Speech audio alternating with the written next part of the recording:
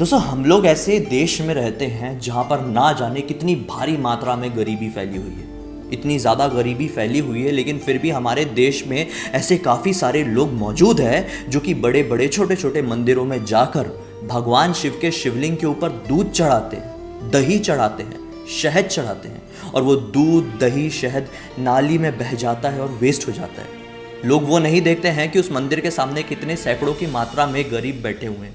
हमारे इंडिया में कितनी मात्रा में लोग गरीब बैठे हुए हैं कि उनको वो दूध पिला दे, वो दही खिला दे तो उन लोगों का पेट भर जाएगा। ऐसा हम लोग कई बार चीज़ सुनते आ रहे हैं, और ख़ासकर हमारी जो यूथ है, हम यंगस्टर्स हैं, हमारे बीच में तो ये चीज़ काफ़ी ज़्यादा फेमस हो गई है क्योंकि हम लोग बहुत जल्दी प्रेरित होते हैं मूवीज़ से।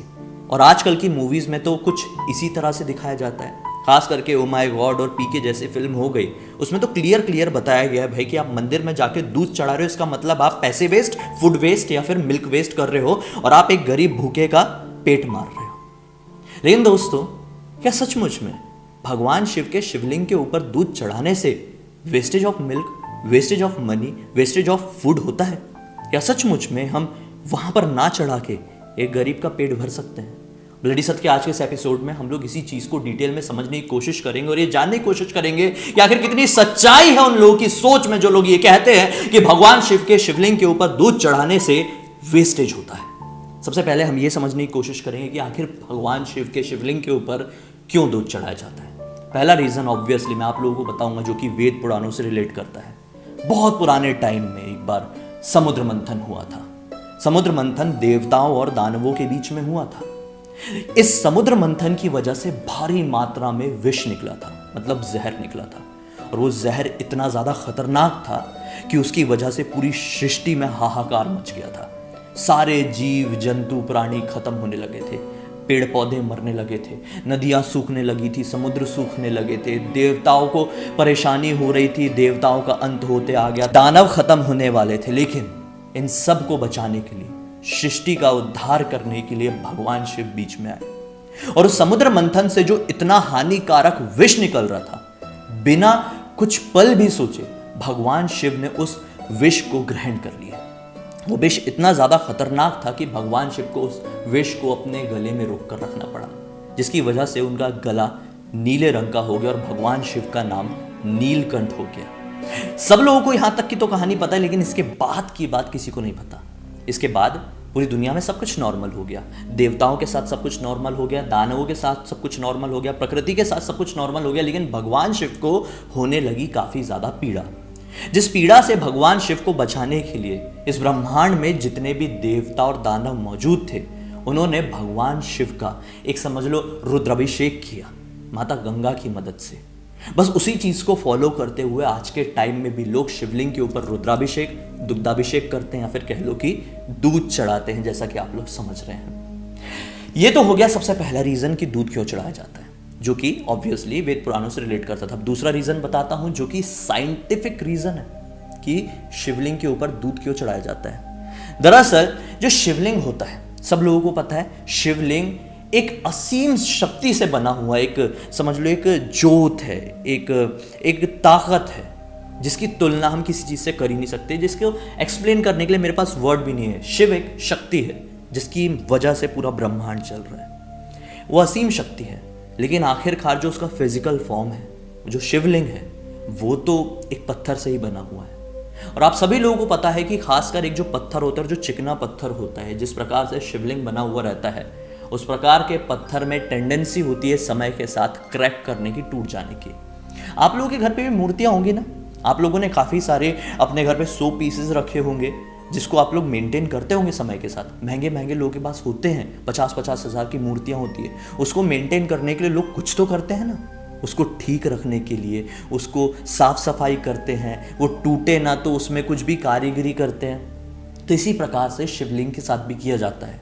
दरअसल जब दूध और दही और शहद जैसी फैटी चीजें शिवलिंग के ऊपर चढ़ाई जाती है, तो वो जो पत्थर है, जो रॉक है, उसमें टूटने की, क्रैक होने की टेंडेंसी कम हो जाती है।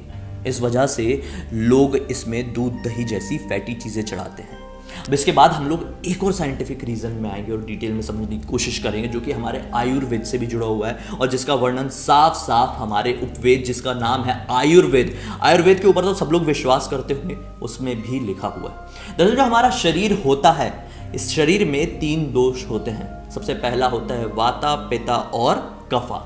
दरअसल जब श्रावण का महीना होता है, यानी कि सावन का महीना, यानी कि बारिश का महीना, इस महीने में इस पूरी पृथ्वी में भारी मात्रा में वाता फैला रहता है। वाता से क्या होता है कि जो हमारी डाइजेशन सिस्टम है उसमें परेशानी होती है। अब क्या होता है कि बारिश के मौसम में काफ़ी ज़्यादा कीचड़ होता है, ढेर सारा पानी कहीं पर इकट्ठा रहता है, उस वजह से काफ़ी मात्रा में इस पृथ्वी में कीटाणु, जर्म्स पैदा होते हैं और उसी के साथ वाली जो खाद होती है वो हमारी गाय खाती है।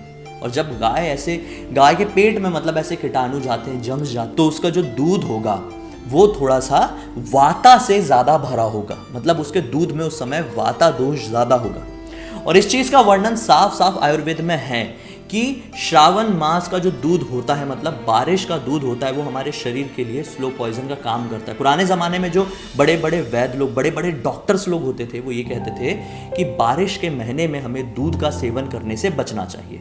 बस उस ज़माने से लोगों ने इस चीज़ को और ज़्यादा फॉलो करने लगे कि जो दूध है, मतलब उस टाइम के लिए जो हमारे लिए एक स्लो पॉइजन है, उसे हम भगवान शिव के शिवलिंग के ऊपर चढ़ा देंगे, क्योंकि भगवान शिव तो प्रतीक है कि इस दुनिया के लिए जो कुछ भी विष होगा, जो कुछ भी जहर होगा, उसे भगवान शिव हंसते हंसते अपने आप के ऊपर ग्रहण कर लेंगे।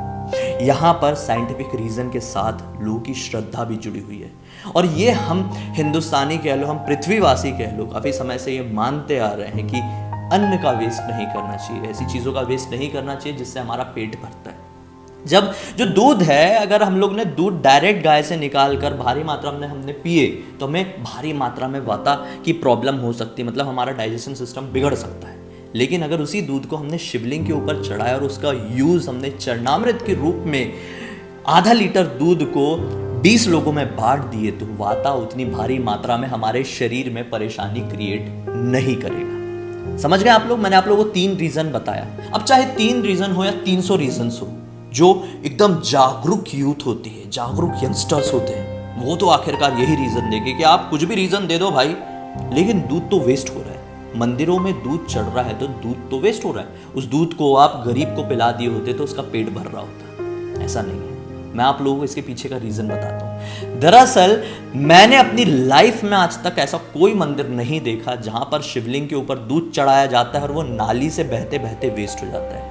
दरअसल हमारे समाज में, हमारे भारत में ये प्रथा है कि जब कभी भी किसी भी मंदिर के शिवलिंग में दूध चढ़ाया जाता है तो शिवलिंग में चढ़ाया हुआ दूध एक पात्र में इकट्ठा किया जाता है और उसकी मदद से बनता है चरणामृत या फिर पंचामृत कह लो, और उसको प्रसाद के तौर पर वहां पर मौजूद सभी भक्तों में बांटा जाता है और साथ ही साथ वो मंदिर के बाहर जाकर गरीबों में भी बांटते हैं। पता नहीं ऐसी मूवीज किस तरह से बनती है, कहाँ से ये सारी प्रेरणाएं मूवीज वालों को मिलती है कि ऐसा कुछ दिखा दिया जाता है। चलो खैर, अगर आप लोग ऐसा बोलेंगे कि नहीं, हमने तो अपने गांव में देखे, अपने शहर में देखे ऐसे मंदिर होते हैं जहां पर दूध वेस्ट होता है शिवलिंग की वजह से, तो मैं आप लोगों को बताऊं, ऐसे लोगों को मैं सलाह देना चाहूँगा, खासकर जो लोग ये बोल रहे हैं। क्या आप लोगों ने कभी किसी तरह की पार्टीज नहीं की? क्या आप लोगों ने कभी किसी तरह की कोई मूवी देखने नहीं गए?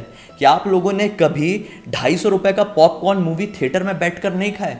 क्या कभी आप लोगों ने पिज्ज़ा नहीं खाए, बर्गर नहीं खाए? अगर इतनी बड़ी सोच रखने वाले इंसान हो तो घर पे बैठ के दाल चावल खाओ, पिज़्ज़ा मत खाओ ना। पिज़्ज़ा खाने से कितने का बिल आएगा? 700-800 रुपए का बिल आएगा। घर में दाल चावल तो आपका 20-30 रुपए में तैयार हो जाएगा। आपके पास सेविंग में बच गए ना 640 रुपए। वो 640 का तुम गरीबों को कभी बांटे हो? मुझे नहीं लगता कि कभी बांटे होगे। ऐसे लोग जो पार्टीज करते हैं आए दिन, 10-10 हज़ार रुपए की शैंपेन बस ऐसे उड़ा देते हैं, वो लोग ये बात बोलते हैं कि आप शिवलिंग के ऊपर दूध चढ़ा रहे हो तो दूध वेस्ट कर रहे हो, गरीब का पेट भर जाएगा। आपने 10,000 रुपए की शैंपेन बस ऐसे अपने शौक के लिए, दिखावे के लिए उड़ा दी, उस समय आपको गरीब की याद नहीं आई। लेकिन अब ऐसे लोग बोलेंगे कि वो हमारी लाइफस्टाइल है, आप उसके बीच में नहीं आ सकते क्योंकि हमारी लाइफस्टाइल है। आप लोग नहीं बोल सकते, हमारा पैसा, हम लोग जैसे जीना चाहेंगे वैसे जिएंगे। तो आप लोग क्यों किसी दूसरे इंसान की लाइफस्टाइल पर उंगली उठा सकते हैं? जिस प्रकार से आपकी ये लाइफस्टाइल होगी कि हम लोग रोज 100 रुपए सिगरेट्स में उड़ा दें, रोज 10,000 रुपए अपनी पार्टी में उड़ा दें, तो किसी और की ऐसी लाइफस्टाइल क्यों नहीं हो सकती कि वो मंदिर में जाए, स्पिरिचुअलिटी से जुड़े, अपने मन को शांत करे, भगवान की प्रार्थना करे और उसी प्रार्थना के साथ एक मन की शांति के लिए शिवलिंग के ऊपर दूध चढ़ा दे और उसी दूध का पंचामृत का उपयोग करके लोगों में बांट दे। ये किसी की लाइफस्टाइल क्यों नहीं हो सकती? अगर आपकी लाइफस्टाइल के ऊपर कोई उंगली नहीं उठा सकता, किसी का अधिकार नहीं आपकी लाइफस्टाइल के ऊपर उंगली उठाने का, तो आपका भी हक नहीं बनता है ऐसे लोगों की लाइफस्टाइल पर उंगली उठाना जो लोग मंदिर में जाकर शांति की तलाश करते हैं, ईश्वर की तलाश करते हैं, स्पिरिचुअलिटी की तलाश करते हैं। लोग एक बार भी नहीं सोचते होंगे अपने परिवार वालों के साथ मूवी देखने के लिए। परिवार वालों के साथ मूवी देखने जाएंगे, 2,500 रुपए की टिकट आएगी। 10 लोग जाओ, 10 लोग परिवार के, 2,500 रुपए की टिकट आएगी, क्योंकि एक टिकट 250 रुपए से कम की मेरे शहर में तो नहीं मिलती, आपके शहर का मुझे पता नहीं। 2,500 रुपए की मूवी देखने चले जाएंगे, अंदर 250 रुपए के एक पॉपकॉर्न के पैकेट भी खरीद लेंगे। एक मूवी देखने के लिए एक परिवार वाला 4,000 रुपए उड़ाने से पहले एक बार भी नहीं सोचेगा। तब उसको याद नहीं आता है कि बाहर कोई गरीब बैठा होगा, मैं घर पे टीवी लगा के मूवी देख लूंगा, दाल चावल खा लूंगा और जो पैसे बचेंगे उसको मैं गरीब में बांट दूंगा। ऐसा कभी किसी ने नहीं सोचा होगा। लेकिन अगर भगवान की शिवलिंग के ऊपर कोई दूध चढ़ा रहा है तो वो पैसे वेस्ट कर रहा है, वो मनी वेस्ट कर रहा है और उसको हमारी देश की गरीबी दिखाई नहीं दे रही है।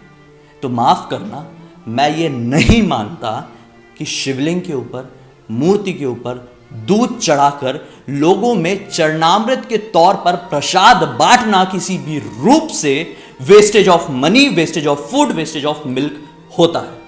अब आपकी राय जानना चाहूंगा। मैंने अपनी पूरी राय बता दिया।